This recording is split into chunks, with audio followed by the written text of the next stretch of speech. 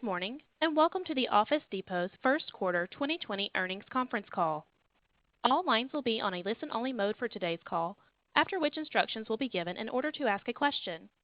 At the request of Office Depot, today's call is being recorded. I would like to introduce Tim Perrott, Vice President, Investor Relations. Mr. Perrott, you may now begin. Good morning, and thank you for joining us for Office Depot's first quarter 2020 earnings conference call. This is Tim Perrott, and I'm here with Gerry Smith, our CEO. I am also joined by David Centrella, our Senior Vice President of Financial Planning and Analysis, and Interim Finance Leader, who will provide additional details on our financial results.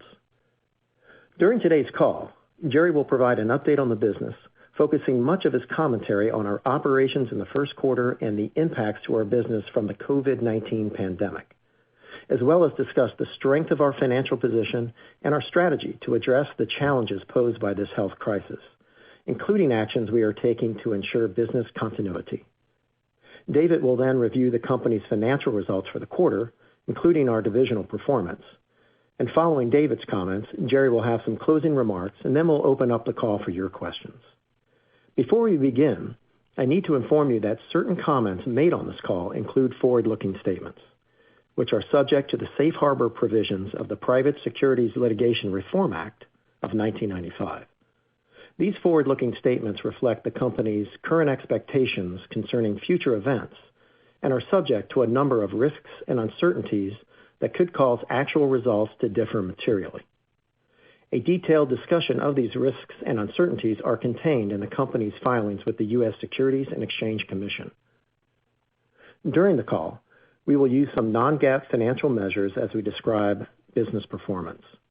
The SEC filings, as well as the earnings press release, presentation slides that accompany today's comments, and reconciliations of the non-GAAP financial measures to the most directly comparable GAAP financial measures are all available on our website at investor.officedepot.com. Today's call and slide presentation are being simulcast on our website and will be available there for at least 1 year.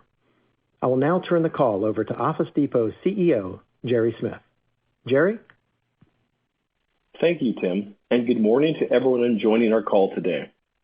We appreciate you joining us today during what we know is a very challenging time, and we hope that our listeners and their families are safe and healthy. I'm happy to be here with you today to discuss our strong results for the first quarter and provide perspectives regarding the COVID-19 outbreak and its effect on our business, as well as highlight our strong position as we navigate through the challenges caused by this pandemic. First, I would like to thank all of our associates for the tremendous commitment and energy in supporting our customers and our business during this health emergency. This has been an incredibly stressful time for our associates, from those in our retail locations helping customers on the front line, to those in our supply chain working hard to ensure flow of products, for our CompuCom technicians who are serving their customers, as well as those who are working with our enterprise customers to help them remain operational during this period. I can't express enough gratitude to our team in living up to our designation as an essential business and what they've accomplished in such a short time under challenging conditions to help serve and help our customers. I'm very proud to be the leader in this company with such a capable and committed team. While the global pandemic has quickly impacted the business environment in general, the actions that we've taken over the past few years have reinforced our foundation to serve our customers' expanded needs, preserve cash, and deliver the necessary products and services to help our customers succeed through this uncertain time. The strong results we delivered in the first quarter reflects the commitment and tireless work of our team as we supported the essential needs of businesses, consumers, educators, healthcare workers, students, and first responders during the global health crisis that unfolded in our nation.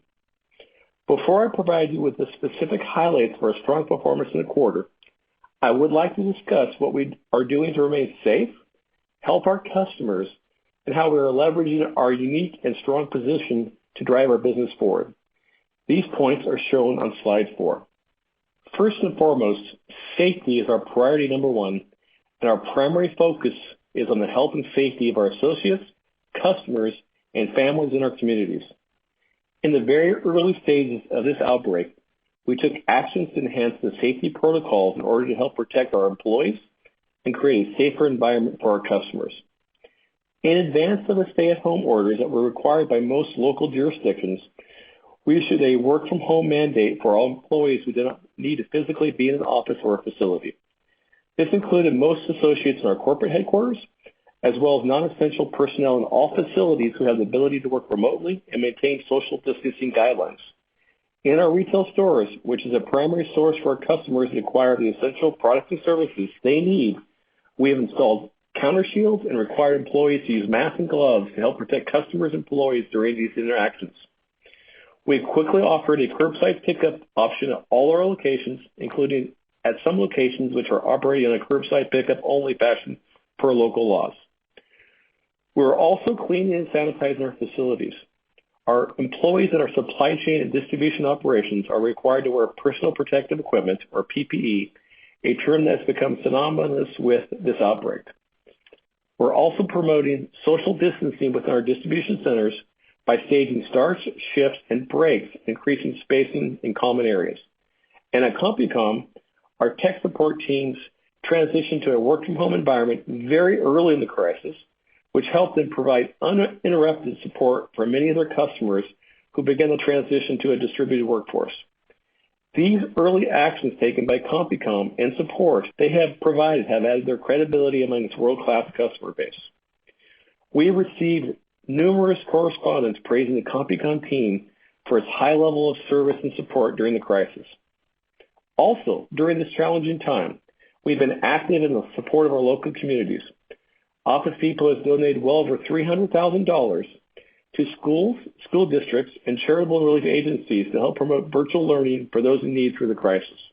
Given the nature of the products and services we offer, we are designated as an essential business in nearly all jurisdictions. The products and services we offer through our B2B distribution platform and retail stores, including cleaning and break room supplies, technology, office furniture, and other products and services that support work from home and virtual learning needs are all essential. Therefore, our operations are up and running, and our stores are open, helping customers through this pandemic. Although a few retail locations were required to close for a period of time in certain jurisdictions, nearly all of our retail stores are open and safely operating. Our B2B supply chain and distribution channel continues to be resilient, serving business customers, including hospitals, medical facilities, and healthcare workers, providing them with essential products to help them on the front line. Our global sourcing capabilities are continuing to work to procure additional sources of essential products and PPE, and our supply chain is operating efficiently despite the additional demands placed on the system. CompuCom's high-quality support teams are fully functional, working closely with customers to provide technology products and services to support many businesses which have temporarily transitioned to a work-from-home environment. We're also working closely with schools and higher education customers to support a remote learning environment for students and teachers, as many schools have canceled in-person classes for the balance of the school year. Next, we are uniquely positioned to weather the storm and navigate through the crisis. Our balance sheet is exceptionally strong, with significant available liquidity, positive net cash position, and an attractive debt maturity schedule. This strong cash position and balance sheet also allows us to pursue additional opportunities to expand our customer reach during the crisis, to expand our product and service breadth, and help customers at this crucial time. We are keenly focused on maintaining a low-cost model, driving efficiencies in our business, and using levers in our variable cost structure to provide us the ability to better match our cost structure with our top-line revenue. Our global sourcing and supply chain capabilities are critical assets and key differentiators that position us to continue to deliver an expanded set of essential products and services, including PPE. Lastly, the combination of our business and technology products, combined with the technology support and expertise at CompuCom, position us well to support the needs of a distributed workforce in virtual learning environments. This has been a powerful combination, helping many enterprises and individuals adapt during the rapid change in the work environment. Overall, despite the near-term headwinds, caused by this pandemic, we're experiencing an acceleration of the strategic pivot we embarked on 3 years ago to become a leading integrated B2B provider of business products and services. I believe that this is happening for a number of reasons, most notably the advantages related to our global sourcing and supply chain capabilities, in which we are providing a much broader set of in-demand products and services to our customers and delivering them in a consistent manner. During this pandemic, these conversations we're having with our customers are changing, and customers are taking notice and discovering more of what we have to offer beyond traditional office supplies. The consistency of our supply chain is building significant credibility as a reliable source of essential products such as cleaning and break room and PPE with a high level of service and support. And is not just an expanded product set, but also services and technology support. Sourcing and making available technology products and having CompuCom in the mix for critical tech support for enterprises during this pandemic is leading to more visibility and credibility with our customers. I'd like to now turn to the performance in the first quarter and discuss the directional impacts of the COVID-19 outbreak on the various parts of our business. This is shown on slide 5. We entered the year with good momentum in our B2B businesses, which helped us generate the overall strong results we drove in the quarter. We saw a steady pace of net new BSD customer wins and new business at CompuCom, and demand for our adjacency categories and its supplies were relatively strong. The effects of the COVID-19 outbreak beginning in March had a mixed impact to various channels and product segments, but the overall net effect in the quarter was positive to sales. During the initial phase of the outbreak, demand for essential products like cleaning and break room supplies, technology, and home office products were very high in our retail stores and through our e-commerce channel. The heightened demand for these products was a key driver of the increase in our same-store sales comparison in our retail division, which was up 2% year over year. However, in our BSD division, despite our strong start to the year, the COVID-19 outbreak disrupted the business operations of several of our customers, causing some to temporarily pause operations or temporarily transition to a work-from-home environment.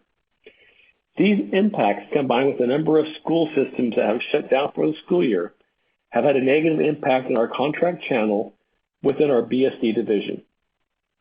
We are working with our customers to support them during this transition, supporting their needs with our distribution capabilities and tech support, and ready to support them as more of the country opens up and resumes normal operations.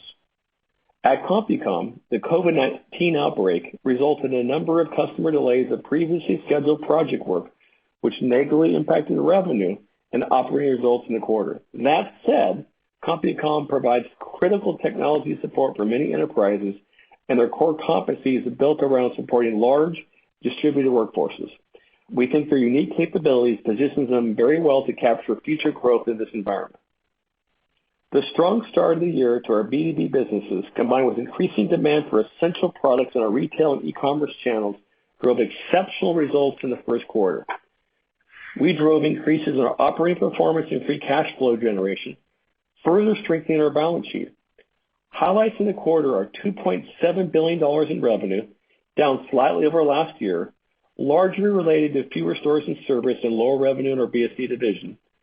Adjusted EBITDA of $157 million, up 33% over last year. Adjusted operating income of $108 million, up 61% over last year. And adjusted earnings per share of 12 cents, up 5 cents over last year. Free cash flow generation in the quarter was stellar, generating $173 million in adjusted free cash flow, up 12-fold from the prior year. This increased cash generation has further strengthened our balance sheet and enhanced our position as we head into the challenges of the balance of the year. I'm very proud of our team and all the hard work to generate these terrific results. Notwithstanding the strong performance, because of the global business disruption and uncertainty caused by the COVID-19 pandemic, we are withdrawing our previously issued guidance for 2020, which did not include possible impacts from the pandemic. While we are not providing specific guidance in the current environment, we will discuss some of the trends that we're seeing in the near term and provide some color on our expectations for the second quarter. Due to the increased demand, supply for essential products, particularly in the cleaning and break room category, have been constrained beginning late in the first quarter and continuing to date. While we've been able to mitigate some of the lack of supply while using alternative vendors, we expect to continue to experience temporary disruption in supply until output levels normalize. In addition, we expect demand in the second quarter to decrease as several of our enterprise customer operations continue to be disrupted, including K-12 schools and higher education. At this time, we're assuming that these effects are temporary. However, they have caused pressure on near-term revenue beginning in late March, and thus this effort has continued to date in the second quarter. Revenue trends are currently lower in our contract channel and BSD, as well as lower in our retail division given decreased traffic trends in accordance with continued stay-at-home orders imposed by local jurisdictions. These trends have thus far been partially offset with increasing demand in our e-commerce business. Slide 6 highlights our strong financial position and our priorities to help mitigate the business challenges caused by the COVID-19 outbreak. As I said earlier, first and foremost, our primary focus is on helping maintain a safe and healthy workplace for our employees and helping our customers continue to manage their businesses through this crisis. While significant challenges remain, we're implementing several strategies to help mitigate the challenges and believe we're in an excellent position to navigate through this crisis and strengthen our business in the long run. Our priorities are focused on 1, maintaining and utilizing our strong balance sheet and cash position, 2, maintaining a low-cost business model and conserving cash, 3, supporting customers as well as pursuing growth opportunities, and 4, supporting customers in work-from-home and virtual learning environments.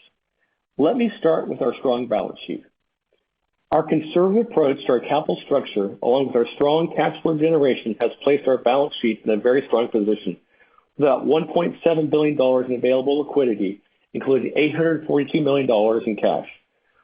When considering a relatively low level of debt, we have nearly $200 million of net positive cash, our highest net cash position in recent years. In April, we further enhanced our balance sheet by refinancing our existing credit facility, which increased the borrowing amount and extended the term to 2025. At the same time, we retired our relatively expensive term loan, which is expected to result in annual cash savings of approximately $90 million. Therefore, the net effect of our recent actions results in an increase in the amount we can borrow, significant annual cash payment reductions, and an extension of our credit facility to 2025. We started this refinancing process late last year, and this activity was not in response to the pandemic, but it certainly places us into a stronger position as we head into this challenging environment. We're happy to state that the new credit facility was significantly oversubscribed with strong lender support and provides substantial financial flexibility to continue the company's transformation efforts, including the dynamics of the planned holding company reorganization. Next, we remain committed to maintaining a low-cost business model and are implementing additional cash conservation measures in response to the COVID-19 pandemic. These measures include, among others, restricting travel, limiting store hours, eliminating non-essential third-party support, and implementing a limited number of temporary furloughs in areas of our business have significantly impacted by the outbreak. We also have a high degree of variable cost in certain areas of the business, which can be a lever to help us better match costs with expected revenue performance. We have continued to pay rent due for our store locations. However, we are working with landlords and equipment vendors on rent and lease abatement opportunities to attain better terms and limit exposure. Additionally, as we continue to selectively close unprofitable stores, our exposure continues to be reduced.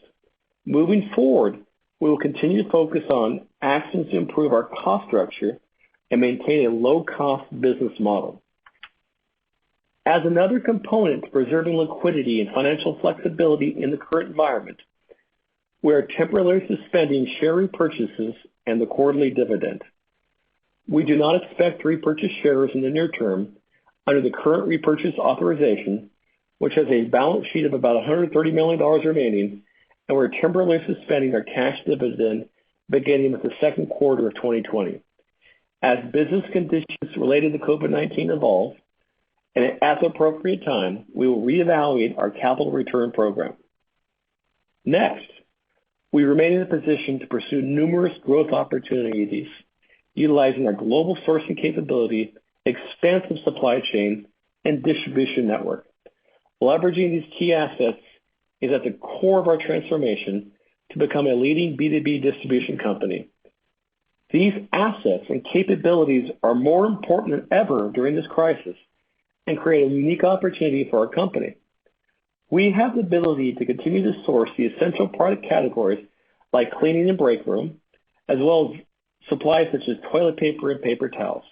Additionally, we are working to expand our product capabilities into areas of PPE like protective masks, gloves, and other gear critically needed during this pandemic, as well as after the health crisis when businesses start to reopen. We expect that PPE for employees will be essential for many businesses to operate going forward. Having a strong balance sheet and cash position helps us tremendously as we work to procure some of these products for our customers. Next, as many of our enterprise customers have temporarily shifted to work from home environment, we will continue to focus efforts on helping customers remain operational in a distributed work environment. This includes continuing to serve their work from home needs, including technology, home office supplies, office furniture, and services to enable our customers who are working in an office facility to be effective at home. This temporary transition is causing a significant amount of disruption in the business environment. However, our enterprise customers have the continued ability to purchase their business support needs through the respective current agreements. Instead of serving them at a centralized office, we are working to serve customers at their homes.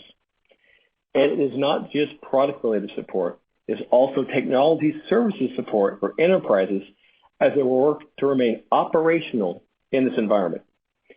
CompuCom's technology support infrastructure and large field force is particularly suited to support distributed workforces.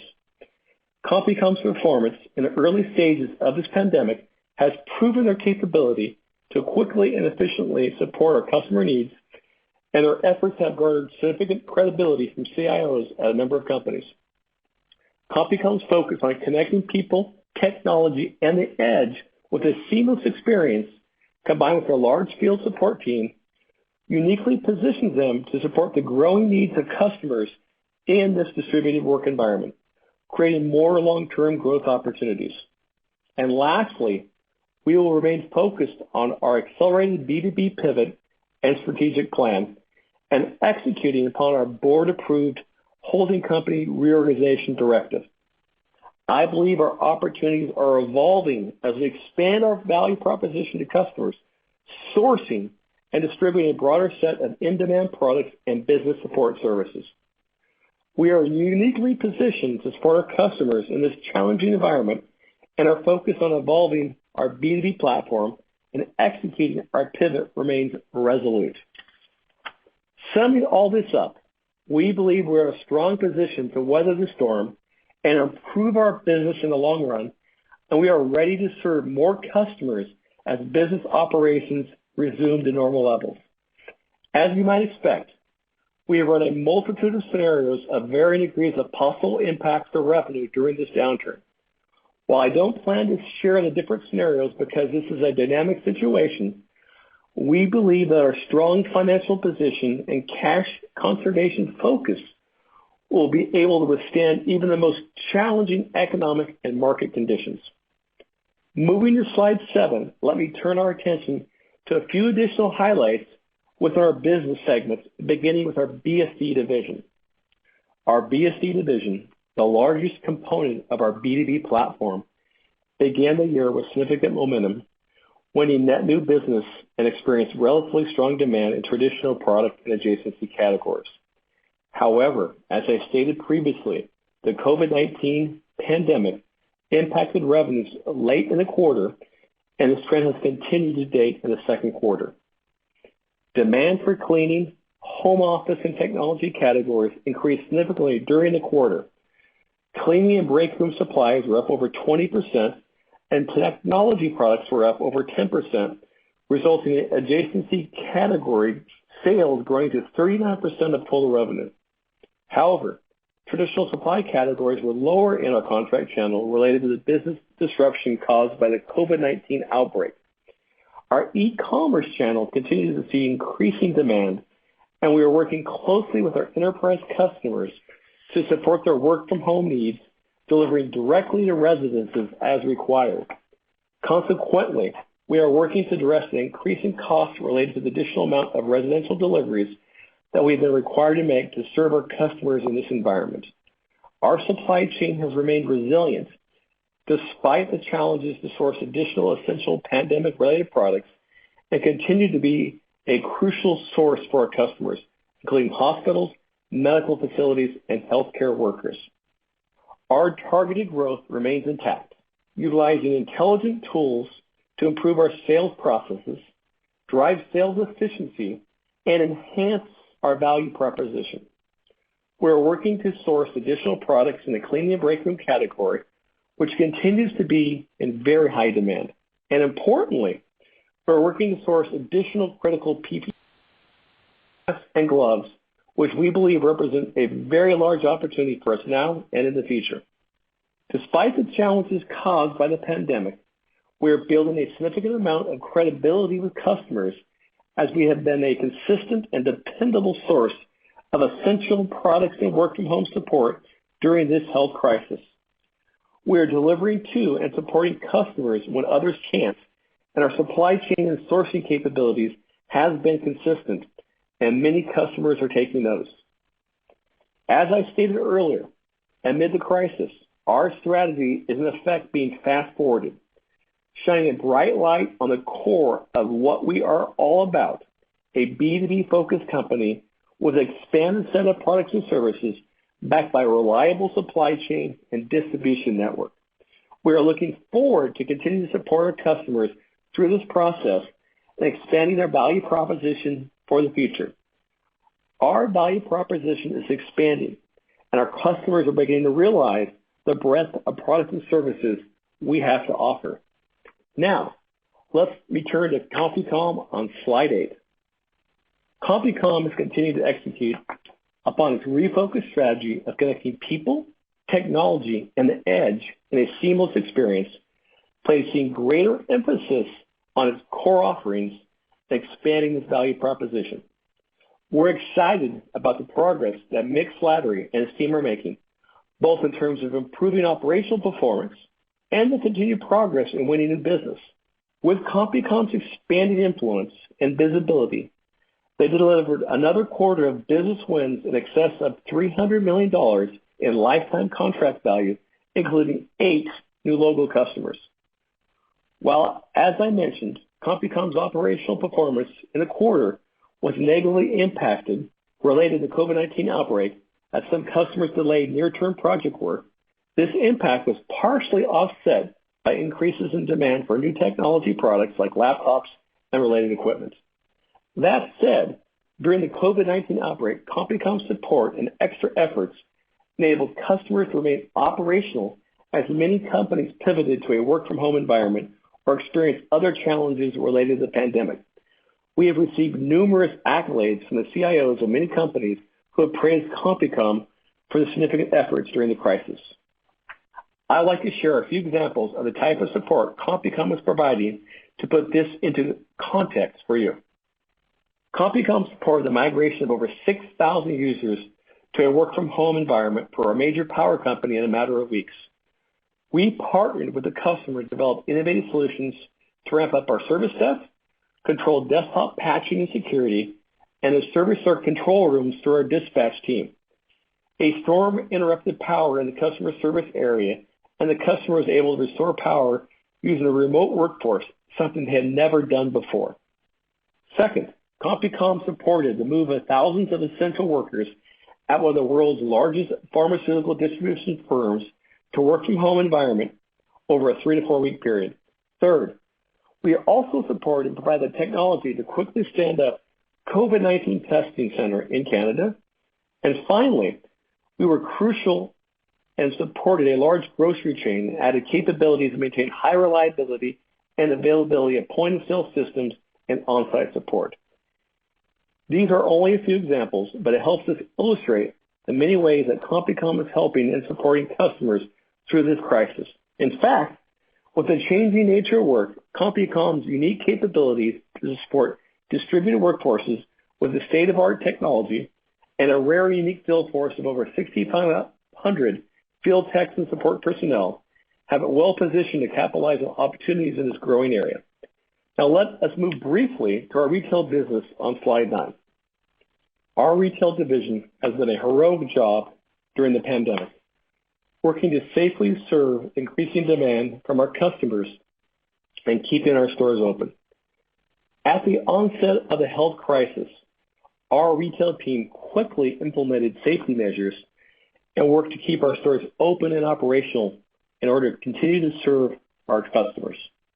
The retail division was off to a good start in 2020, having recently made changes to its store operating model, moving from a specialist to a generalist model to reduce costs and increase the level of service.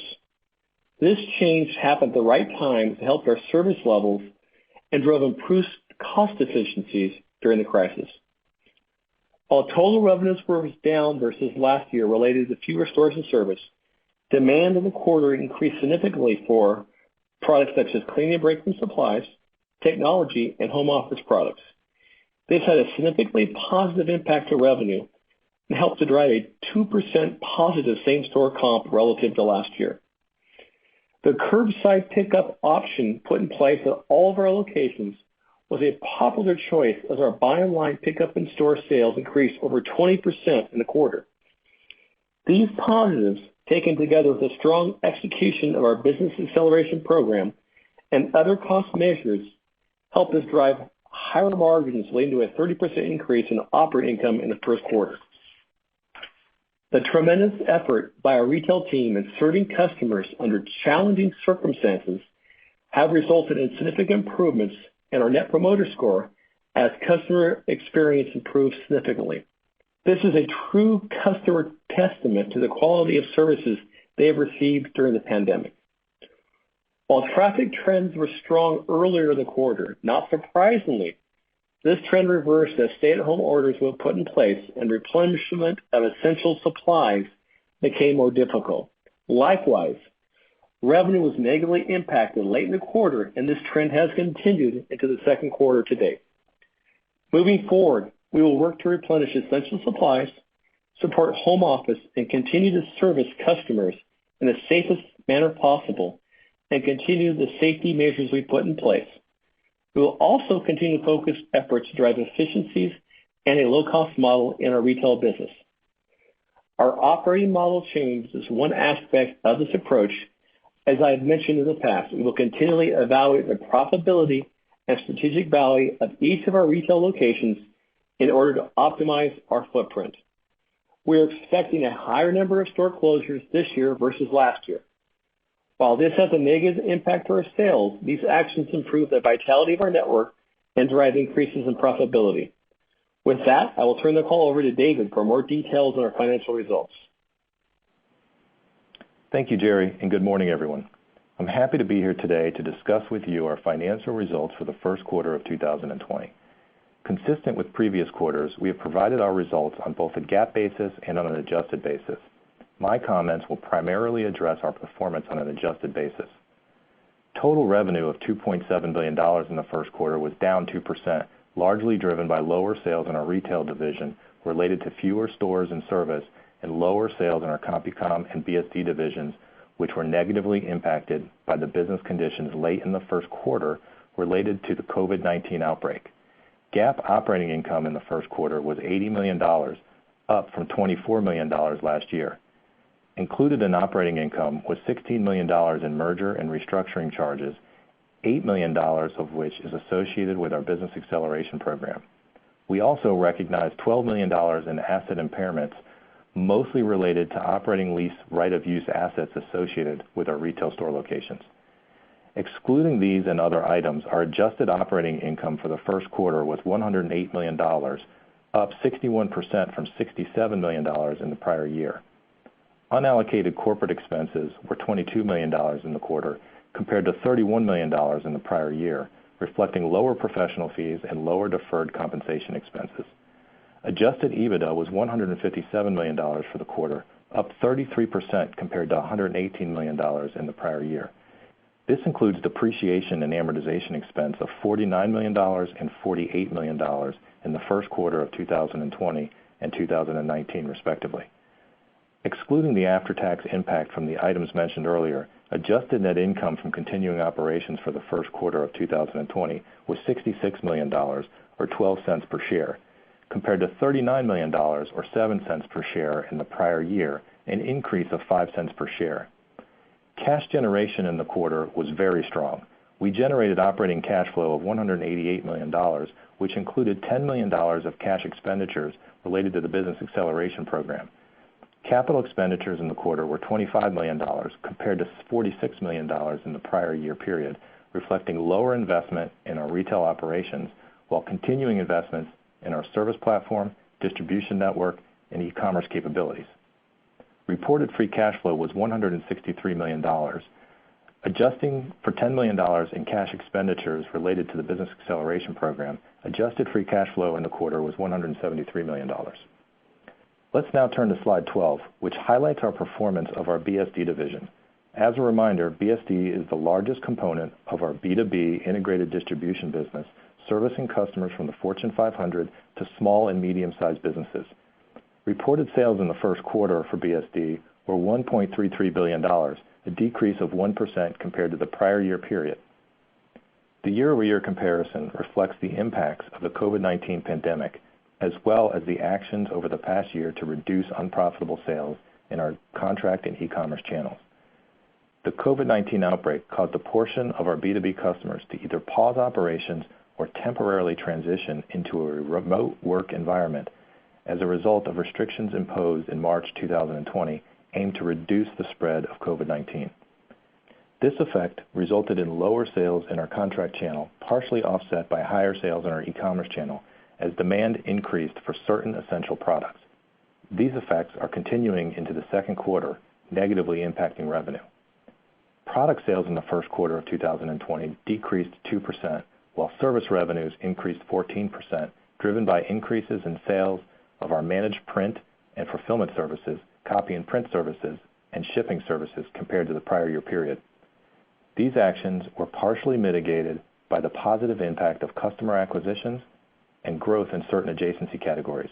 For example, cleaning and breakroom and technology products were in high demand during the pandemic, helping to drive total adjacency category sales to 39% of total BSD sales.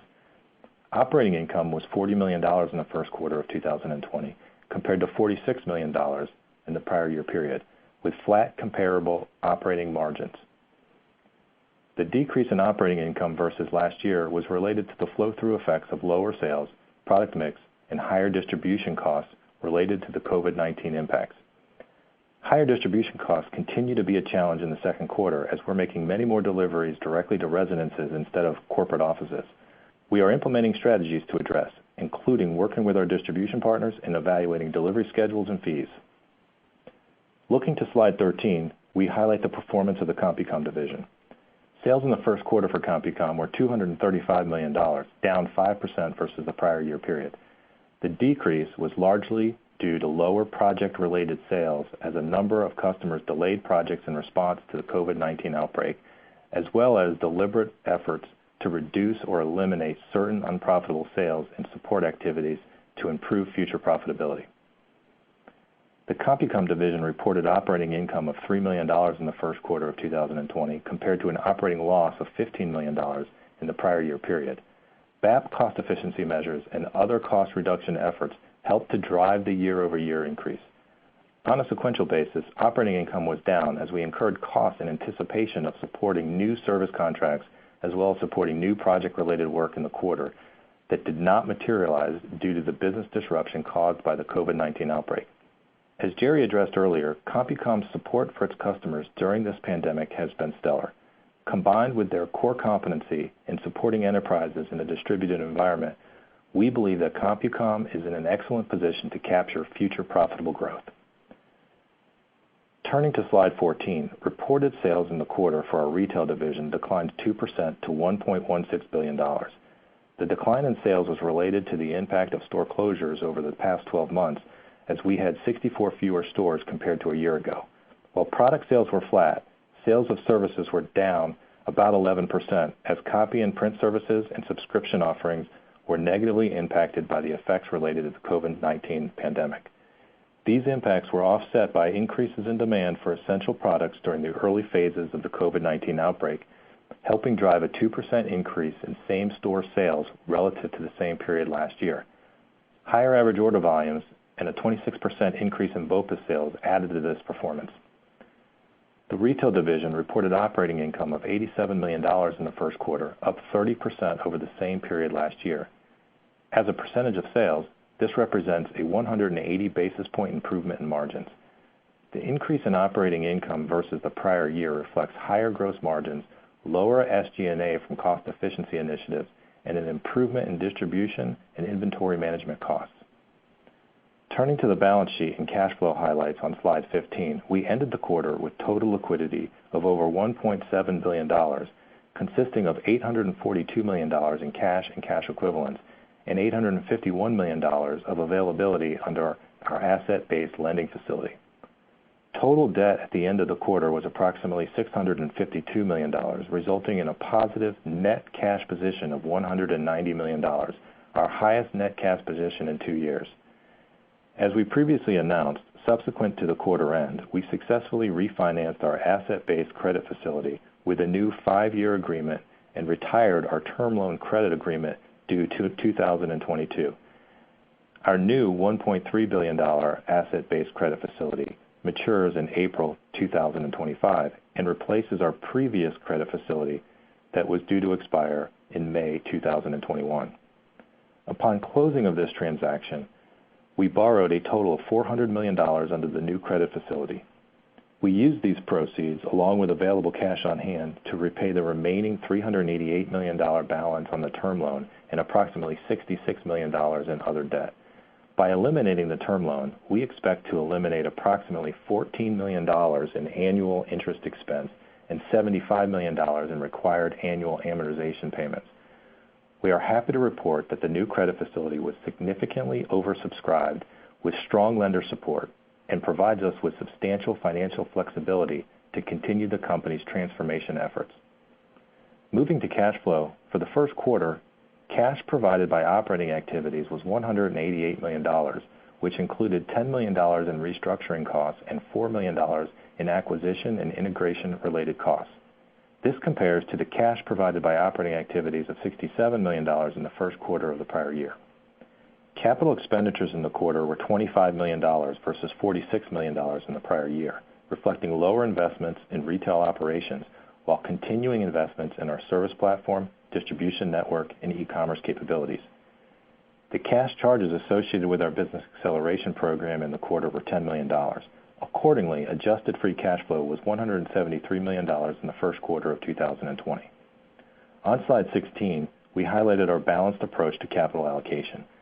Our priorities in the quarter were focused on investing in our business, including our business acceleration program, servicing dividends, expanding our distribution network, paying down debt, and selectively executing share buybacks.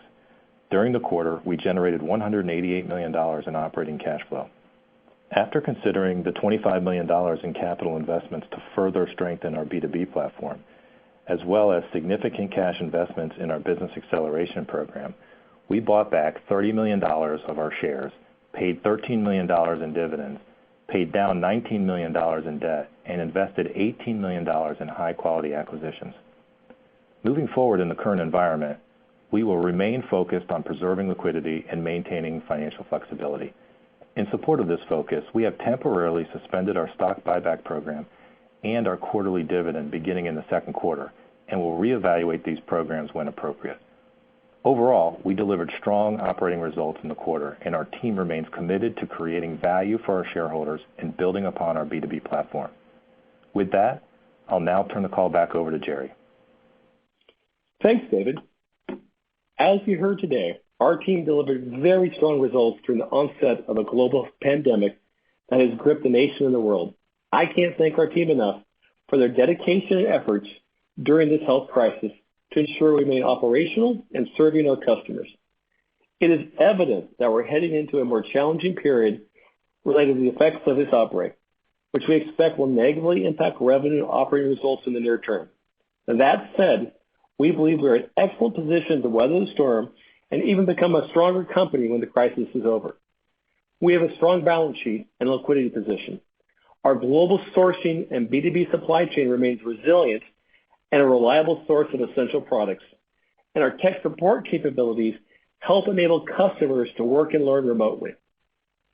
As I mentioned earlier, despite the near-term headwinds caused by this pandemic, we're experiencing an acceleration of the strategic pivot we embarked upon 3 years ago to become a leading B2B provider of business products and services.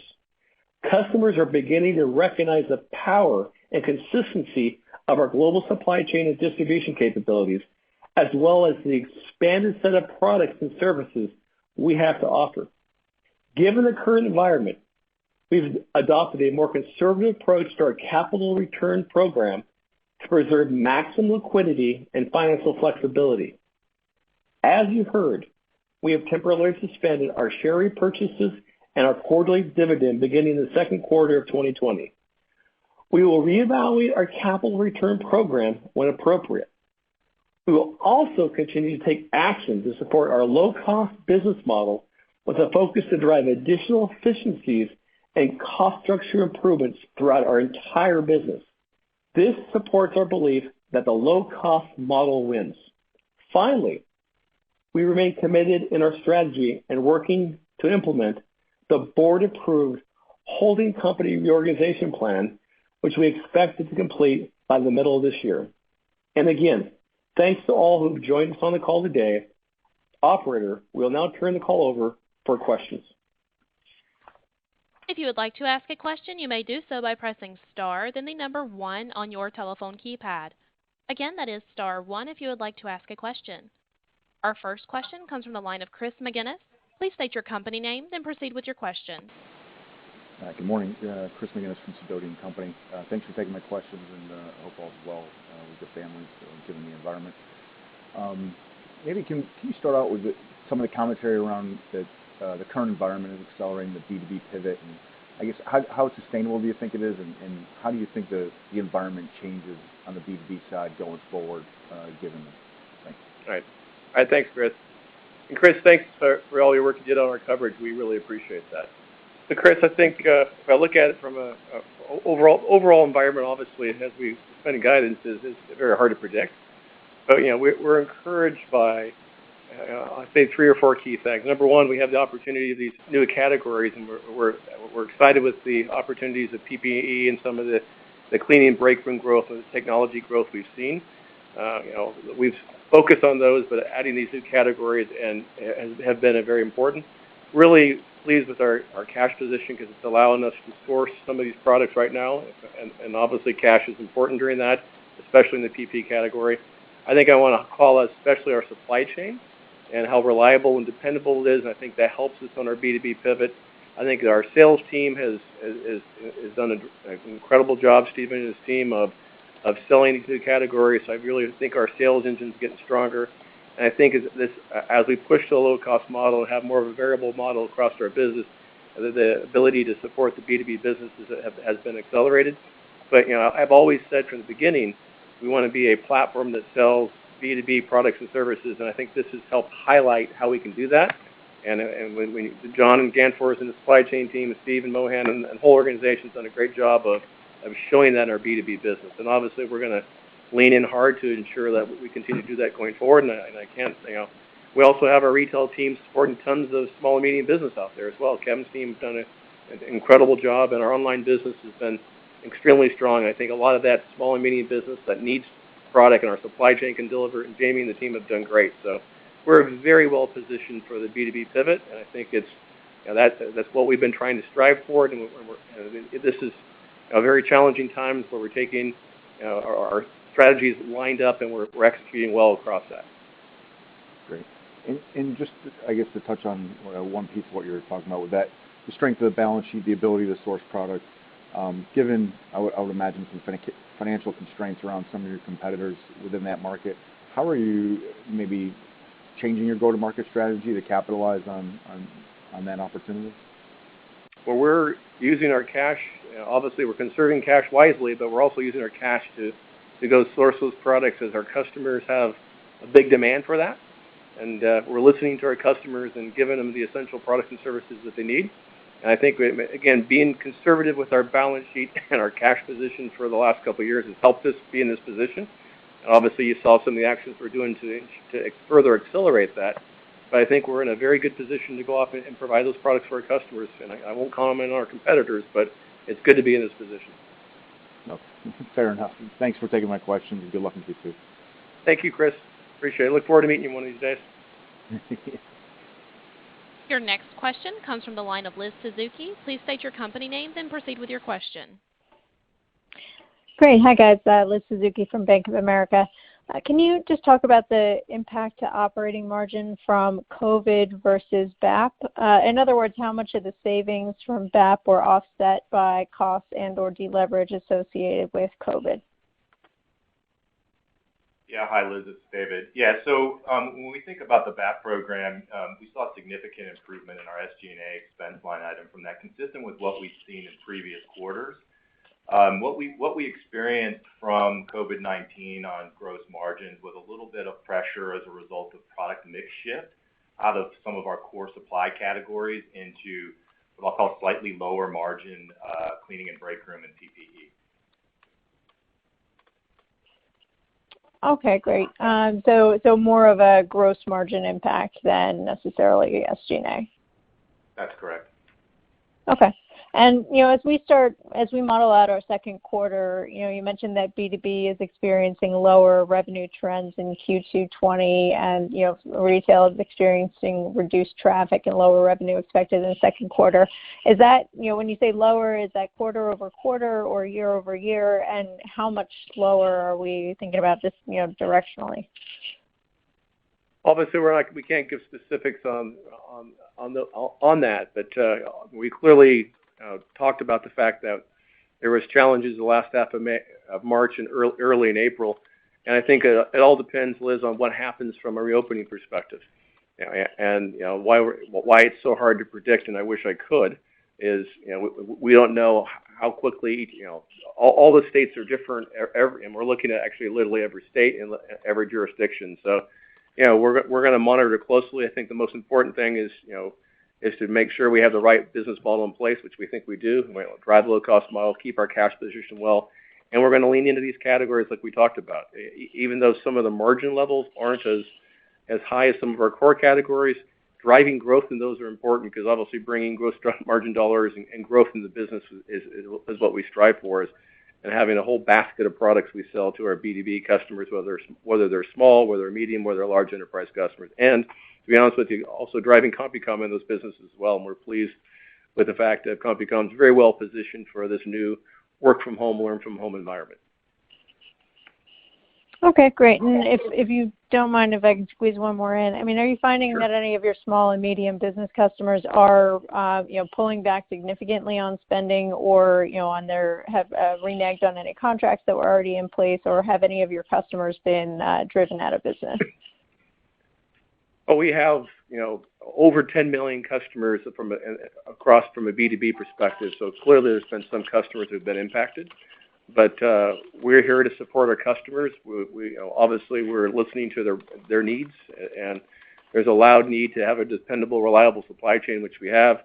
There's a loud need to, hey, Office Depot, give us a broader range of products and services, which we're outsourcing and creating, which I think was David and my whole message of it. It is actually accelerating our strategy of being a broader provider of products and services. And as they come up and the economy reopens and they get opportunities, we're going to be there for them with whether it's our traditional products, whether it's whether it's tech or furniture or cleaning and break room, whether it's PPE or whatever other categories they need. We're here to support them because we have that backbone of the stores, the online business, CompuCom, as well as our supply chain and sales force. Okay, great. Thank you. Thank you, Liz. Your next question comes from the line of William Kafour. Please state your company name, then proceed with your question. Hi, this is Will Kafouri from Elevation. Appreciate the commentary on the variable cost model. Wonder if you give a bit more color on how we should think about kind of the fixed versus variable cost structure in BSD. Well, this has really highlighted the importance of having a variable cost business. And from the day one I've joined here, I've had this vision of driving us to be a B2B company. And the more we can pivot towards, you've heard me use low-cost models, many times. I'll continue to do that. We're going to continue to try to grow the B2B business, but always look for ways to get to a variable cost model, because that's how you survive ups and downs over periods of times. And to be honest with you, that's how you get more competitive from a operating entity perspective, as well as giving customers a better value. So, throughout the year, we're going to constantly look at ways to optimize cost and look for ways to always be most efficient, whether it's we're remotely helping companies work remotely, whether it's learn from home. We're going to go after all those and look for ways to do that.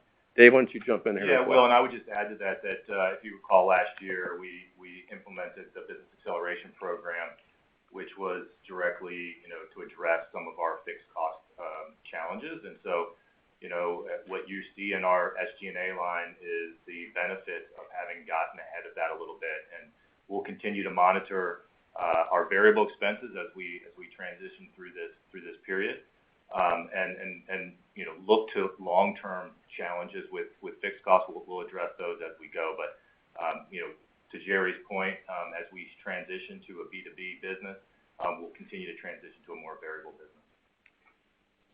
Got it. Thank you. Your next question comes from the line of Chris Horvers. Please state your company name, then proceed with your question. Thanks. Good morning, J.P. Morgan. So I just want to ask a couple questions on, trying to peel back on what the organic trend was prior to COVID, because, it has a lot of puts and takes in terms of benefiting some businesses and hurting some other product categories. So first on BSD, can you talk about what the organic trend was prior to mid-March, and to what degree acquisitions benefited sales overall on the quarter? And then second, similarly, can you talk about what the retail comp was prior to mid-March? Obviously, the tech sales and cleaning and break room benefited that in the last 2 weeks. Just trying to get a sense of, what it looked like prior to that. Yeah, Chris, what I would tell you is that on the B2B side, if you recall, we came out of Q4 with, a little bit, down 2%, and coming into Q1, we saw improving trends. Our B2B business was starting to see some signs of improvement. Certainly as we progressed through the quarter, we were fortunate enough to kind of get into some of the cleaning and break room products a little heavier as we were preparing for back to business, and so we were able to kind of leverage some of the initial volumes that came in for due to the pandemic, but certainly saw improving trends throughout the business. And I would say that from an acquisition standpoint, you could probably say 100 to 150 basis points of our performance was driven by acquisitions. Yeah, and on the retail side, we've actually saw strength throughout February and early March, as we said in the script. Obviously, the last couple of weeks, as more and more counties and cities and states were under stricter, stay-at-home orders, and we saw an impact. But because of the fact people needed some of the adjacency products like cleaning and break room and tech and furniture, that's what drove the robustness. And it wasn't the last 2 weeks of March; it was actually February and early March that we saw this demand, and as people started to shift to work from home. And again, want to highlight we've had really strong success with our online business, and I think we're fulfilling a lot of people's demands of products and needs through that. I can't get specific on obviously for competitive reasons on the retail comp, but as we believe as the economy reopens, and again we don't know when that is, we're going to be ready and well positioned to ensure we continue to give them those essential products and services. Got it. And then two questions on the corporate structure side. Can you talk about what the benefit is of operating as a holding company? And then secondly, you also announced the poison pill this morning. So I understand you're proactively given, what the stock market gyrations, but it is only 1 year. But on the other hand, your stock price has been around this level over the past year, maybe not as low as the depths of March. So to comment on that as well, please. Thank you. On the holding company, obviously we wanted to simplify the legal and tax structure of the company. I think it was important that happened, and David Blesh and his team have done an amazing job doing that. And we also wanted to improve the alignment of the operating assets with the respective operating channels. And I think the third piece, I think it's super important. It gives us a lot more operational flexibility in the future. And I think that's important that's from the holding company reorganization. And again, as we said, we were pushing to have this completed by middle of this year. From the pill perspective, obviously, that's something to ensure that we want to ensure our shareholder value is maintained. And, we think over a period of time that the market will recognize that value. That, we thought that was an important thing to do, and that was strategic for the company. Thanks very much. And our final question comes from Michael Lasser. Please state your company name, then proceed with your question. Good morning. Thanks a lot for taking my question. It's UBS. Gerry, if one of the enduring legacies coming out of this situation is that white-collar workers work from home more often, isn't that a net negative for the office supply industry?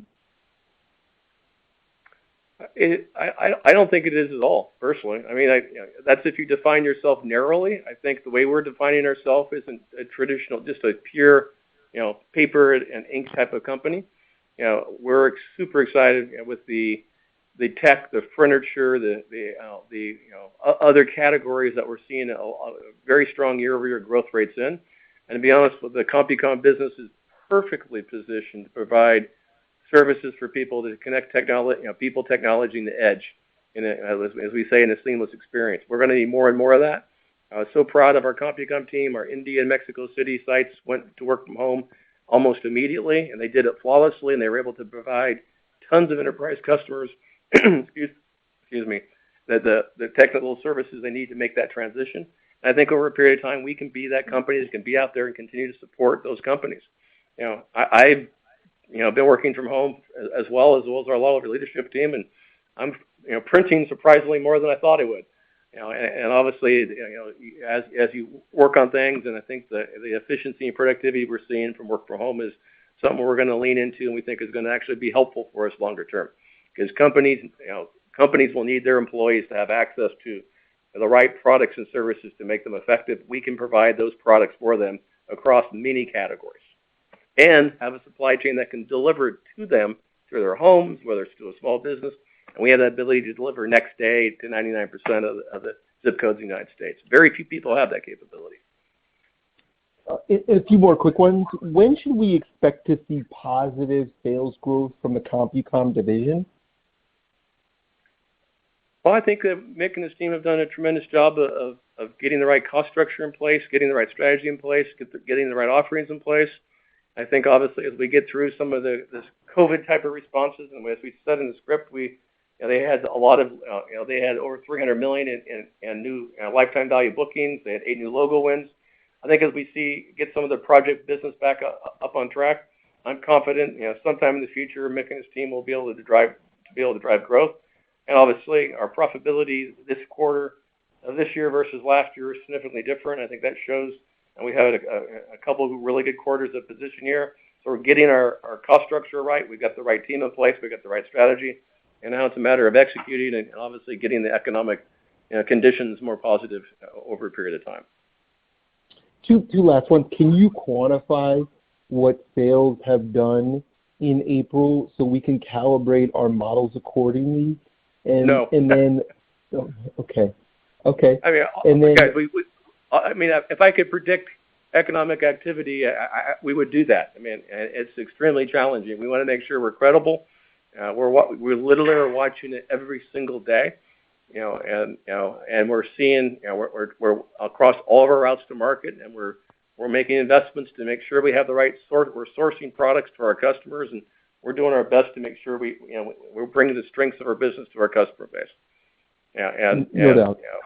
Obviously, our prayers and for all our thoughts are with all our customers in the country, and we want everyone to be safe and healthy, and we're doing our best to make sure we deliver that from if we can bring the right products to customers to help them, we're going to go off and go do that.